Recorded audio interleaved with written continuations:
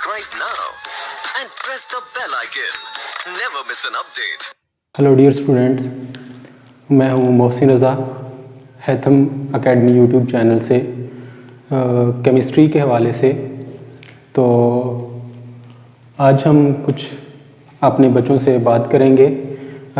देखने में आया कि बच्चे ख़ुसूसन जो 10th क्लास के स्टूडेंट्स हैं वो एग्ज़ाम्स के हवाले से काफ़ी परेशान दिखाई देते हैं।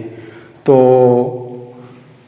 एक तो यह है कि आपके पास जो टाइम है बहुत कम है, तो हमारा जो टारगेट है वो है कि हम ज़्यादा से ज़्यादा आपको एग्ज़ाम ओरिएंटेड जो चीज़ें हैं वो बताएं।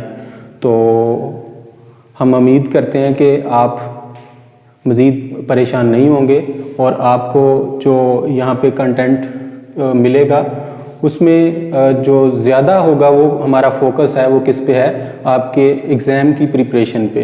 तो आपने बिल्कुल भी जो है वो परेशान नहीं होना। तो यूँ कह लें कि आपने सबसे पहले आपने घबराना नहीं है। तो अच्छी तरह से आपने लेक्चर लेने हैं और इसमें अगर आपको कोई प्रॉब्लम आता है तो हमें आप जो है वो कांटेक्ट का जो कमेंट बॉक्स है उसमें जो है वो हमें आप कमेंट के ज़रिए बता सकते हैं और हम पूरी कोशिश करेंगे कि आपके प्रॉब्लम्स जो हैं उनको सॉल्व किया जा सके। तो अभी आपके पास वक्त है, अभी यूँ कह लीजिए कि हम आपकी ढारस बंधा सकते हैं। तो ये मत समझिएगा कि हम मुनीर नियाज़ी साहब वाली जो ढारस है वो बंधाने की बात कर रहे हैं। तो मुनीर नियाज़ी साहब तो हमेशा जो है वो कहते हैं देर कर देता हूँ मैं, जैसे वो अपनी एक मशहूर नज़्म में कहते हैं कि मदद करनी हो उसकी यार की ढारस बंधाना हो, बहुत दरीना रस्तों पर किसी से मिलने जाना हो, हमेशा देर कर देता हूँ मैं। तो मेरा बात करने का मकसद ये है कि अभी देर नहीं हुई और हम यहाँ आपकी ढारस बंधाने के लिए मौजूद हैं। आपने परेशान नहीं होना और सबसे पहले आपने घबराना नहीं है। तो आज हम शुरू करने जा रहे हैं आज का हमारा जो लेक्चर है। तो इसमें आपका जो स्मार्ट सिलेबस है उसमें ये लॉन्ग क्वेश्चन जो है वो शामिल नहीं है, लेकिन शॉर्ट क्वेश्चन इसमें से आपको पूछे जा सकते हैं। अगर हम स्मार्ट सिलेबस के अलावा बात करें तो ये जो आपके पास टॉपिक है ये बहुत बहुत अहम टॉपिक है। तो ये आपको जो है वो लॉन्ग क्वेश्चन में भी पूछा जाता है और इसमें से शॉर्ट क्वेश्चन जो है वो भी पूछे जाते हैं। तो हम डिस्कस करेंगे कि जो डायनामिक इक्विलिब्रियम हमने पढ़ा था उसमें इसकी जो करैक्टरिस्टिक्स होती हैं, जो खसूसियात होती हैं वो कौन कौन सी हैं और हम उनको कैसे एक्सप्लेन कर सकते हैं, उनकी वजाहत कैसे की जा सकती है। तो सबसे पहली जो प्रॉपर्टी है जो डायनामिक इक्विलिब्रियम की मैक्रोस्कोपिक प्रॉपर्टी है, करैक्टरिस्टिक है, उसमें सबसे पहली जो है वो क्या है कि हम इसको क्लोज्ड वेसल में ही अचीव कर सकते हैं। Dynamic equilibrium can be achieved only in closed vessel. ये लास्ट लेक्चर में मैंने आपको बताया था जब हम कैल्शियम कार्बोनेट की डिकम्पोजिशन वाला रिएक्शन पढ़े थे, तो उसमें मैंने आपको बताया था कि क्या होता है। देखें हमारे पास जो कैल्शियम कार्बोनेट है, जब हम इसको हीट करते हैं तो ये calcium oxide plus carbon dioxide में कन्वर्ट होता है। तो अगर हम इसको ओपन वेसल में कंडक्ट करवाएंगे तो क्या होगा, जब हम इसको हीट करेंगे तो इसमें से कार्बन डाइऑक्साइड क्या होगी, निकल जाएगी। तो कभी भी, क्योंकि डायनामिक इक्विलिब्रियम पे क्या हमने पढ़ा है कि जो प्रोडक्ट और रिएक्टेंट और प्रोडक्ट की जो कंसंट्रेशंस होती हैं वो कांस्टेंट हो जाती हैं, वो सेम हो जाती हैं। लेकिन अगर ये ओपन होगा, हमारा जो रिएक्शन है, रिएक्शन मिक्सचर जो है वो किस कंटेनर में है, वेसल में है, जो ओपन है, तो उसमें से क्या होगा, ये कार्बन डाइऑक्साइड क्या करेगी, एस्केप करेगी।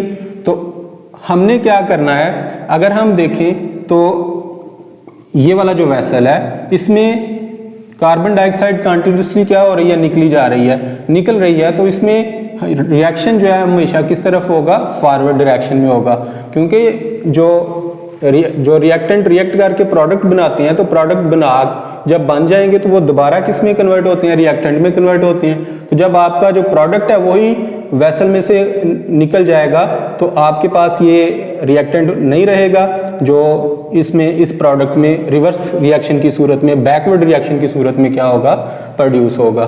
तो इस तरह का रिएक्शन जो होगा वो हमेशा क्या होगा, ये फॉरवर्ड डायरेक्शन में चलेगा और कभी भी डायनामिक इक्विलिब्रियम क्या होगा, इस पे अचीव नहीं हो सकेगा।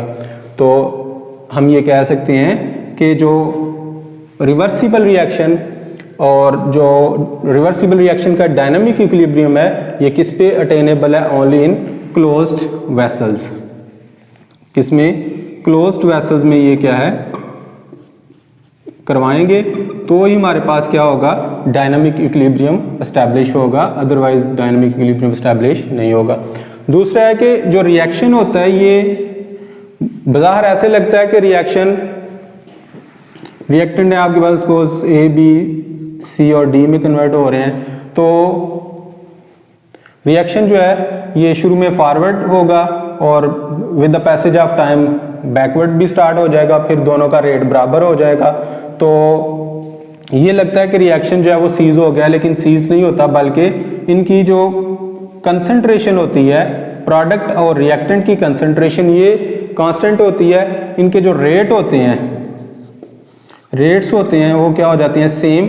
रेट ऑफ फॉरवर्ड रिएक्शन और रेट ऑफ रिवर्स रिएक्शन ये क्या हो जाते हैं, सेम हो जाते हैं, लेकिन रिएक्टेंट प्रोडक्ट और प्रोडक्ट रिएक्टेंट में कन्वर्ट होते रहते हैं, रिएक्शन स्टॉप नहीं करता, रिएक्शन रुकता नहीं है। और इसके अलावा तीसरी जो है ये क्या है, फिजिकल प्रॉपर्टीज। जैसे हम बात करते हैं कलर की बात करते हैं, डेंसिटी की बात करते हैं, तो फिजिकल प्रॉपर्टीज जिसमें हम कलर, डेंसिटी वगैरह की बात करते हैं, ये क्या होता है, ये चेंज नहीं होते। क्यों नहीं चेंज होते, इसकी रीजन ये है कि जब डायनामिक इक्विलिब्रियम एस्टैब्लिश होता है तो कंसंट्रेशन जो होती है प्रोडक्ट की और रिएक्टेंट की वो सेम रहती है, कांस्टेंट रहती है। तो इस तरह से जब कंसंट्रेशन ही चेंज नहीं हो रही तो आपकी ये जो फिजिकल प्रॉपर्टीज हैं ये क्या रहेंगी, सेम रहेंगी, ये चेंज नहीं होंगी। और चौथा जो पॉइंट है वो क्या है कि हम इसको अटेनेबल, इसको हासिल कर सकते हैं, चाहे हम प्रोडक्ट की तरफ से इसको देखें या हम इसको रिएक्टेंट की तरफ से क्या करें, रिएक्टेंट की तरफ से देखें या प्रोडक्ट की तरफ से इसको देखें, तो दोनों डायरेक्शन से हम इसको, दोनों साइड से हम इसको क्या कर सकते हैं, फाइंड कर सकते हैं, कैलकुलेट कर सकते हैं, अटेन कर सकते हैं। तो ये आपने याद रखना है कि जो डायनामिक इक्विलिब्रियम जो है ये किसी भी साइड से क्या किया जा सकता है, अटेन किया जा सकता है। चाहे हम फॉरवर्ड रिएक्शन की बात करें या बैकवर्ड रिएक्शन की बात करें, तो डायनामिक इक्विलिब्रियम होगा ही तब जब दोनों के जो रेट हैं वो बराबर हो जाएंगे, कंसंट्रेशन क्या हो जाएगी, कांस्टेंट हो जाएगी, रहेगी दोनों की, रिएक्टेंट की भी और प्रोडक्ट की। तो हम इसको चाहे इधर से या चाहे इधर से, दोनों साइड में से जो सी मर्जी साइड आप लें उस तरफ से आप इसको क्या कर सकते हैं, अटेन कर सकते हैं। उसके बाद है इफेक्ट ऑफ कैटलिस्ट। ये एक इम्पॉर्टेंट जो है वो इसकी करैक्टरिस्टिक है कि कैटलिस्ट का इफेक्ट क्या होगा। इफेक्ट ऑफ कैटलिस्ट, कैटलिस्ट आपको पता है क्या होता है कैटलिस्ट। कैटलिस्ट कोई भी केमिकल सब्सटेंस होती है जो रेट ऑफ रिएक्शन को क्या करती है, स्पीड अप, रिएक्शन को क्या कर देती है, स्पीड अप करती है, रिएक्शन के रेट को बढ़ा देती है, रिएक्शन की स्पीड को क्या करती है, बढ़ा देता है। ये जो कैटलिस्ट होता है ये ऐसी सब्सटेंस होती है, केमिकल सब्सटेंस, जो रेट ऑफ रिएक्शन को बढ़ा देती है। अब हम देखें कि क्या ये जो कैटलिस्ट होगा, क्या ये सिर्फ फॉरवर्ड रिएक्शन को क्या करेगा, हमारे पास जो कैटलिस्ट है क्या ये सिर्फ फॉरवर्ड रिएक्शन को स्पीड अप करेगा या बैकवर्ड रिएक्शन को,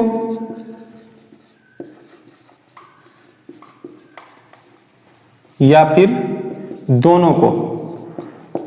तो कैटलिस्ट जो होगा ये हम देखेंगे फॉरवर्ड रिएक्शन को भी स्पीड अप करेगा और बैकवर्ड रिएक्शन को भी क्या करेगा, स्पीड अप करेगा। और फर्क सिर्फ ये होगा कि जब विदाउट कैटलिस्ट हम रिएक्शन करवाएंगे तो उसका जो डायनामिक इक्विलिब्रियम है वो जरा देर बाद क्या होगा, एस्टैब्लिश होगा। अगर हम कैटलिस्ट को यूज करते हैं तो जो डायनामिक इक्विलिब्रियम है वो जल्दी आपके पास एस्टैब्लिश हो जाएगा। मिसाल के तौर पे हम अगर हम इसको ग्राफिकली देखें तो आप जब रेट ऑफ फॉरवर्ड और रिवर्स रिएक्शन का टाइम के साथ ग्राफ बनाते हैं तो हमने कहा था कि शुरू में रेट ऑफ फॉरवर्ड रिएक्शन जो है वो तेज होता है और with the passage of time क्या होता है, ये डिक्रीज होना शुरू हो जाता है और एक टाइम आता है जब ये प्रोडक्ट रेट ऑफ जो बैकवर्ड रिएक्शन है उसके क्या हो जाता है, इक्वल हो जाता है। इसी तरह से rate of backward reaction gradually increase करता जाएगा और एक टाइम आएगा जब वो क्या हो जाएगा, रेट ऑफ फॉरवर्ड रिएक्शन के इक्वल हो जाएगा। ये आपके पास क्या है जी, रेट ऑफ फॉरवर्ड रिएक्शन और ये क्या, रेट ऑफ बैकवर्ड रिएक्शन। तो यहाँ पे हमने कहा था कि ये क्या हुआ है, ये टाइम इक्विलिब्रियम पे डायनामिक इक्विलिब्रियम क्या हो गई है, एस्टैब्लिश हुई है डायनामिक इक्विलिब्रियम। तो अगर हम ये क्या है, ये रिएक्शन है विदाउट कैटलिस्ट। अगर हम कैटलिस्ट यूज करते हैं तो ये जो हमारा होगा, ये जो डायनामिक इक्विलिब्रियम है ये क्या होगा, ये जल्दी हमारे पास क्या आ जाएगा, अटेन हो जाएगा। सपोज यहाँ पे तो ये जो होगा ये इसका टाइम इक्विलिब्रियम होगा इन द प्रेजेंस ऑफ कैटलिस्ट। तो कैटलिस्ट की मौजूदगी में क्या होता है, जो रेट ऑफ फॉरवर्ड रिएक्शन और रेट ऑफ रिवर्स या बैकवर्ड रिएक्शन दोनों क्या करेंगे, जो है वो इंक्रीज करेंगे और इस नतीजे में क्या होगा, आपके पास जो डायनामिक इक्विलिब्रियम है वो जल्दी एस्टैब्लिश हो जाएगा। तो कैटलिस्ट जो है ये क्या करेगा, दोनों रिएक्शंस को क्या करेगा, स्पीड अप करेगा, फॉरवर्ड को भी और बैकवर्ड को भी। तो ये बात आपने याद रखनी है। उसके बाद हम इसको डिस्टर्ब कर सकते हैं। जो डायनामिक इक्विलिब्रियम है हम कंसंट्रेशन को क्या कर सकते हैं, चेंज करके उसको डिस्टर्ब कर सकते हैं। हम टेम्परेचर या प्रेशर को चेंज करके क्या कर सकते हैं, उसको डिस्टर्ब कर सकते हैं। लेकिन होता क्या है कि डिस्टर्ब करने के बाद दोबारा जो है वो डायनामिक इक्विलिब्रियम क्या हो जाएगा, एस्टैब्लिश हो जाएगा। लेकिन उसका जो है वो डायनामिक इक्विलिब्रियम है वो डिस्टर्ब होगा, लेकिन कुछ देर बाद वो दोबारा क्या होगा, जो आपके पास है वो दोबारा एस्टैब्लिश हो जाएगा डायनामिक इक्विलिब्रियम, अगर हम उसको डिस्टर्ब करेंगे। तो ये आपके पास इसकी जनरल जो है वो मैक्रोस्कोपिक कैरेक्टरिस्टिक्स थी इसकी डायनामिक इक्विलिब्रियम की। इसमें आपको शॉर्ट क्वेश्चन कौन कौन सा आ सकता है, शॉर्ट क्वेश्चन आपको आ सकता है कि हम डायनामिक इक्विलिब्रियम को सिर्फ क्लोज्ड वेसल में ही क्यों अचीव कर सकते हैं, ओपन वेसल में क्यों, ये आप नोट डाउन कर लीजिएगा। जो पहला क्वेश्चन है वो क्या हो सकता है कि हम डायनामिक इक्विलिब्रियम को हमेशा क्लोज्ड वेसल में ही क्यों अटेन कर सकते हैं। इसकी रीजन मैंने आपको बता दिया कि अगर रिएक्शन में से कोई रिएक्शन जो रिएक्टेंट कंपोनेंट होगा वो एस्केप कर जाएगा तो उनकी कांस्टेंट जो कंसंट्रेशन है वो सेम नहीं होगी, तो बैकवर्ड और फॉरवर्ड रिएक्शन दोनों जो हैं वो नहीं होंगे और दोनों का जो रेट है वो कभी भी बराबर नहीं होगा। तो जब रेट बराबर नहीं होगा तो डायनामिक इक्विलिब्रियम को हम अटेन नहीं कर सकेंगे। उसके बाद आपको ये आ सकता है क्वेश्चन कि डायनामिक इक्विलिब्रियम पे रिएक्शन जो है वो स्टॉप क्यों नहीं होता। रिएक्शन जो है वो चलता रहता है, फॉरवर्ड और बैकवर्ड डायरेक्शंस में कंसंट्रेशंस कांस्टेंट हो सकती हैं, रेट सेम हो सकते हैं, लेकिन जो रिएक्शंस हैं, जो दोनों रिएक्शंस हैं फॉरवर्ड और रिवर्स रिएक्शन, ये चलते रहते हैं। उसके बाद फिजिकल प्रॉपर्टीज चेंज क्यों नहीं होती, क्योंकि कंसंट्रेशन जो है वो चेंज नहीं होगी, कंसंट्रेशन चेंज नहीं होगी तो फिजिकल प्रॉपर्टीज भी क्या होंगी, चेंज नहीं होंगी। उसके बाद इफेक्ट ऑफ कैटलिस्ट है, इसमें आपको ये याद रखना है कि ये सिर्फ फॉरवर्ड या रिवर्स पे इफेक्ट नहीं होता इसका, बल्कि ये दोनों जो रिएक्शंस हैं उन पे होता है। और उस सूरत में क्या होता है कि जो in the presence of catalyst, अगर हम देखें ये क्या है जी, in the presence of catalyst, तो कैटलिस्ट की मौजूदगी में क्या होगा, ये जो डायनामिक इक्विलिब्रियम है ये जल्दी एस्टैब्लिश हो जाएगा एज कंपेयर टू हम विदाउट कैटलिस्ट रिएक्शन करवाएं।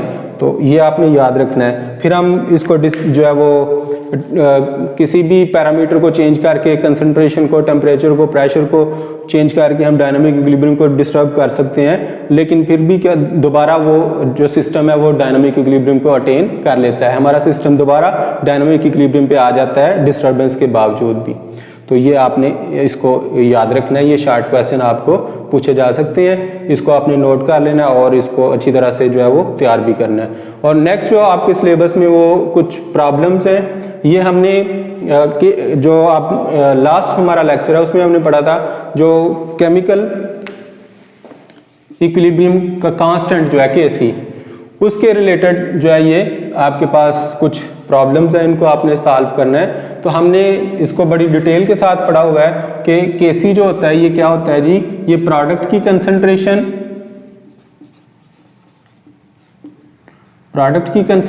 और रिएक्टेंट की कंसंट्रेशन, इन दोनों की रेशो को हम क्या कहते हैं, Kc। तो यहाँ पे हमारे पास देखें प्रोडक्ट कौन सा है, ये, और रिएक्टेंट कौन से हैं, ये। प्रोडक्ट कौन से हैं, ये है हमारे पास प्रोडक्ट। और तो यहाँ पे क्या आ जाएगा, HI ऊपर आ जाएगा, ये इसका कोफिशिएंट है, ये इसकी पावर में चला जाएगा, H2 और I2 नीचे आ जाएंगे, अलग अलग इनको हम लिखेंगे, इसका एक्टिव मास अलग लिखेंगे, इसका एक्टिव मास अलग लिखेंगे। तो हम ये वाला जो एक्सप्रेशन है इसको यूज करते हुए इसको क्या कर सकते हैं, कैलकुलेट कर सकते हैं। इसका जो Kc का एक्सप्रेशन है वो क्या बनेगा, Kc is equal to HI का square over H2 into I2, ठीक है जी। तो ये आपके पास आ जाएगा। तो इसमें हमने वैल्यूज पुट करनी है, आपके पास HI की वैल्यू दी हुई है 0.49 और H की आपको दी गई है 0.05 और ये आपको दी गई है 0.06। तो आप इसको कैलकुलेट कर सकते हैं। इसी तरह आपके पास एक और 9.2 है, उसमें आप अमोनिया का रिएक्शन है N2 प्लस 3H2 2NH3। इसके Kc के एक्सप्रेशन से आप NH3 स्क्वायर ओवर N2H2 का क्यूब, इसकी जो वैल्यूज होंगी, एक्टिव मास होगा अमोनिया का, नाइट्रोजन का, हाइड्रोजन का, इसमें आप पुट करेंगे वैल्यूज और Kc की वैल्यू जो है वो फाइंड आउट कर लेंगे। और इसके मुताबिक आप जिस तरह हमने यूनिट्स निकालना सीखे थे, आपने Kc के उस तरह अगर यूनिट बनते हैं तो यूनिट भी निकालने हैं। जैसे ये रिएक्शन है, इस रिएक्शन में Kc का यूनिट नहीं आएगा कोई भी, तो आपने ये भी ख्याल रखना है, याद रखना है, Kc के यूनिट्स जो हैं वो भी आपने निकालने हैं। ये आपके पास जो एग्जांपल है PCl3 जो है वो Cl2 के साथ रिएक्ट करके PCl5 बना रहा है। इसमें आपको उसने थोड़ा सा चेंज कर दिया, क्या किया उसने, PCl3 की जो है वो एक्टिव मास दिया हुआ है, Cl2 का एक्टिव मास दिया हुआ है और Kc की वैल्यू दे दी है। यानी आपके पास क्या आ जाएगा, Kc is equal to active mass of PCl5 over आपके पास है जी PCl3 into active mass of Cl2। तो इसमें क्या होगा, इसमें आपने Kc की वैल्यू जो आपको दी गई है Kc की जगह पे पुट कर देनी है, ये वैल्यूज पुट कर देनी है, ये इधर डिवाइड हो रही है, इधर आके Kc की वैल्यू के साथ मल्टीप्लाई हो जाएंगी, तो आपके पास क्या आ जाएगी, PCl5 की वैल्यू आ जाएगी। तो ये आपने जो प्रॉब्लम्स हैं आपकी बुक में, आपके चैप्टर में दी गई हैं, इनको भी आपने जो है वो लर्न करना है। तो आज का ये हमारा टॉपिक था। इसमें से अगर आपको कोई जो कन्फ्यूजन हो, कोई प्रॉब्लम हो, तो आप उसको कमेंट बॉक्स में जाके आप हमें बता सकते हैं, उसमें हम आपको कोशिश करेंगे कि आपकी उस प्रॉब्लम को दूर किया जा सके। Thank you.